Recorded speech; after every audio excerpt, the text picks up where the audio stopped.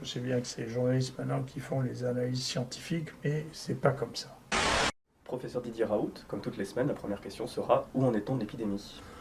Nous, ici à Marseille, on voit qu'elle est en train de disparaître avec un seul cas hier détecté, malgré le fait qu'on ait testé plus de 1200 cas. Donc on voit bien que les choses sont en train de s'arrêter.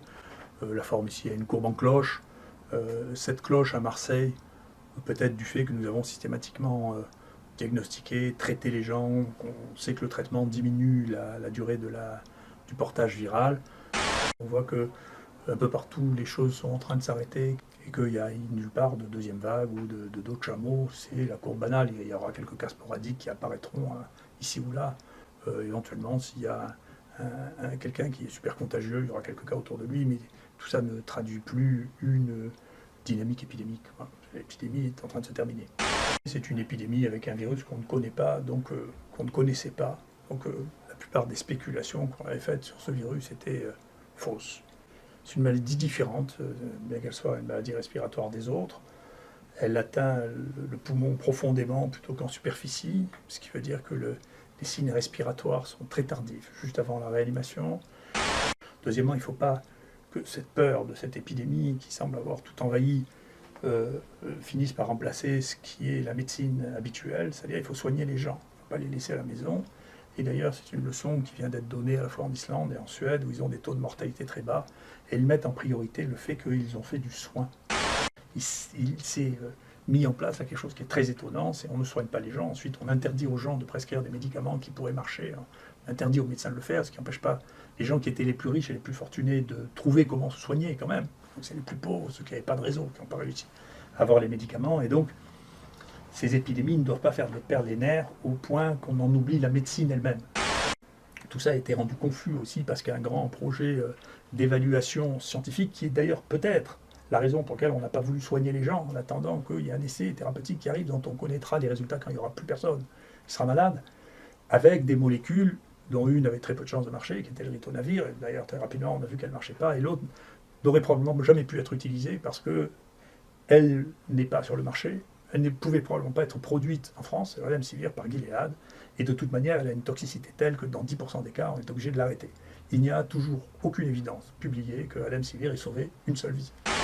De l'autre côté, il y a maintenant des travaux qui s'accumulent, qui viennent de Chine, qui sont les seuls qui aient publié des très très larges séries avec nous maintenant, qui montrent que l'hydroxychloroquine permet de diminuer la charge virale, d'éviter le passage en réanimation, et d'augmenter l'espérance de vie. Avec, dans une étude, on sauve 50% des gens dans la situation observée. Donc le seul médicament pour lequel il y a des évidences publiées dans des journaux avec des études que tout le monde semble privilégier, randomisées, c'est l'hydroxychloroquine. Les deux autres n'ont jamais fait la preuve de leur efficacité. Jamais. Je sais bien que c'est les journalistes maintenant qui font les analyses scientifiques, mais c'est pas comme ça. On a été incapable dans ce pays de développer les stratégies de tests systématiques qui ont été mises dans la plupart des pays en place. Donc pourtant c'est banal, il y a plein de gens volontaires pour les faire. Il y a eu une tentative de monopoliser la capacité à diagnostiquer les gens qui est très profondément anti-médicale, encore une fois. La vraie leçon, c'est que pour les nouvelles maladies, il faut être prêt, il faut être rapide, il faut être organisé, et il faut avoir l'esprit ouvert, parce que cette maladie nous a appris une quantité de choses sur l'atteinte respiratoire, sur la coagulation. Maintenant, ce qu'on est en train de voir, est-ce qu'il va falloir organiser l'existence de séquelles, en particulier de fibroses, qui sont à un nombre qui n'est pas du tout négligeable. Nous, maintenant, ce que nous allons faire maintenant, ce que nous sommes en train de faire maintenant, c'est faire un plan pour détecter le plus tôt possible les gens qui vont faire des fibroses, parce qu'à des stades précoces, il y a des thérapeutiques qui sont susceptibles d'être mises en place, et que, compte tenu de la population considérable de gens qui ont été infectés et non diagnostiqués, je ne sais pas comment on pourra avoir accès à ces gens qui n'ont pas été diagnostiqués. Tout ce qui va être statique va être interdit. Un exemple, je pose ma serviette, je bronze, ça va être interdit. On fait du paddle, on nage, on fait du longe-côte, pas de problème. À partir du moment où on n'est pas les uns côté des autres, c'est moins dangereux que d'être au coude à coude dans un métro ou dans un bus. Et on retrouve le professeur Karine Lacombe. Bonsoir, vous êtes infectiologue, chef du service des maladies infectieuses à l'hôpital Saint-Antoine de Paris.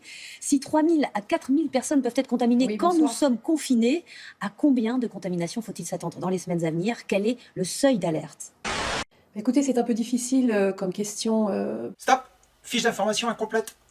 Voilà, là c'est mieux. Pour avoir une réponse très précise, pour l'instant, ça va complètement dépendre du nombre de tests qui est fait, parce qu'évidemment, plus on va faire de tests et plus on va dépister de personnes. Vous savez qu'en Allemagne, il y a un seuil qui a été fixé pour remettre une certaine dose de confinement, qui est à peu près de 50 positifs pour 100 000 tests faits. En France, ce seuil est encore à l'étude. J'espère qu'on aura assez rapidement la réponse. Évidemment, on aura un petit peu plus de 3000 personnes dépistées à l'occasion du confinement, donc dépistées positives. Et ce qui est très important, finalement, c'est pas tant le nombre de personnes dépistées positives que la rapidité avec laquelle on va pouvoir identifier les clusters, c'est-à-dire ces regroupements de cas, de façon à pouvoir vraiment faire en sorte de confiner, d'isoler toutes les personnes qui sont positives et de tester les contacts autour. Jean Castex, le monsieur déconfinement du gouvernement, a dit aujourd'hui qu'il fallait se préparer à un reconfinement en urgence. Je ne pense pas qu'on aura un afflux massif de patients à l'hôpital, c'est-à-dire une vraie deuxième vague comme on a pu avoir en mars-avril. Et qu'il y a nulle part de deuxième vague ou d'autres chameaux, c'est la courbe banale. Il y aura quelques cas sporadiques qui apparaîtront ici ou là. Les résultats de l'essai Discovery vont être rendus publics aujourd'hui. Vous y participez. Est-ce qu'on a trouvé le remède miracle? On va donc attendre d'avoir les résultats officiels qui seront donnés, comme je vous l'ai dit, par les personnes qui sont responsables de cet essai. Il n'y a toujours aucune évidence publiée que Remdesivir ait sauvé une seule vie.